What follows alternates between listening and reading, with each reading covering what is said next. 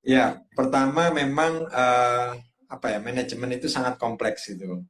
Jadi karena saking kompleksnya ya kita harus bisa memilah dan memilih gitu ya.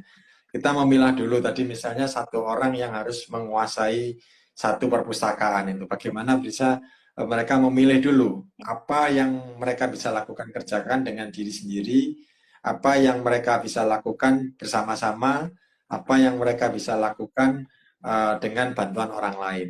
Nah, ini yang Hmm, penting. Jadi eh, karena sangat kompleks sekali gitu. Kemudian yang kedua, bahwa manajemen itu tidak terlepas dari bagaimana kita melihat ke depan, proyeksi itu. Jadi tadi misalnya ada perubahan indikator. Kalau kita misalnya tetap kekeh atau teguh terhadap indikator ini, ya kita bisa-bisa tidak ada peningkatan. Karena apa? Terus turun kan namanya tadi itu peminjaman buku. Jadi memang harus melihat proyeksi ke depan. Kemudian yang berikutnya adalah bagaimana manajemen itu memahami kekuatan yang ada di internal kita. Jadi kalau kita berbicara tentang kekuatan internal, SWOT lah tadi yang mau kita gunakan.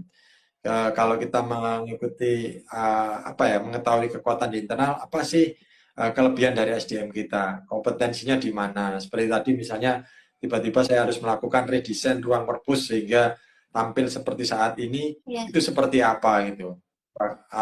Ternyata saya manfaatkan semaksimal mungkin. Kemudian yang pasti manajemen itu tidak terlepas dari leadership. Jadi uh, kita tetap harus memiliki jiwa leadership ini sehingga apa? Setiap tantangan yang diberikan oleh pimpinan itu dapat kita terima sebagai tantangan yang memang bernilai positif ke depan.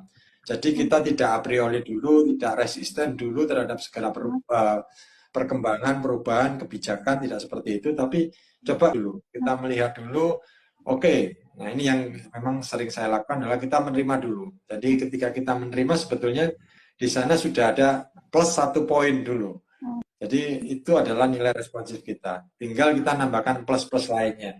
Bagaimana kita mempersiapkan SDM, bagaimana kita mengarahkan sampai dengan mencapai indikator-indikator yang kita inginkan.